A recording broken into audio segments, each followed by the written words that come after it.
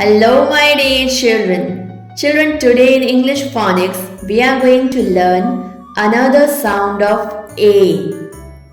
Note that A has three different sounds. Short A, as in cat.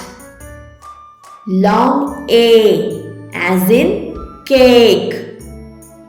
And A, as in car. A has three different sounds.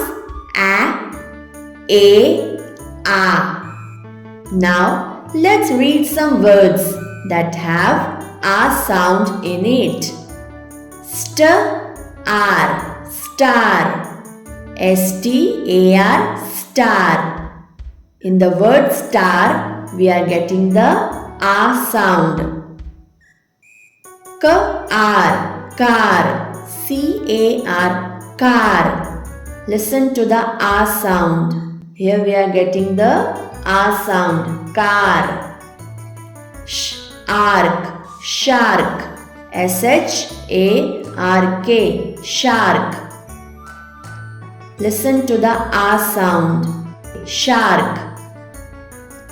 Park, P-A-R-K, park.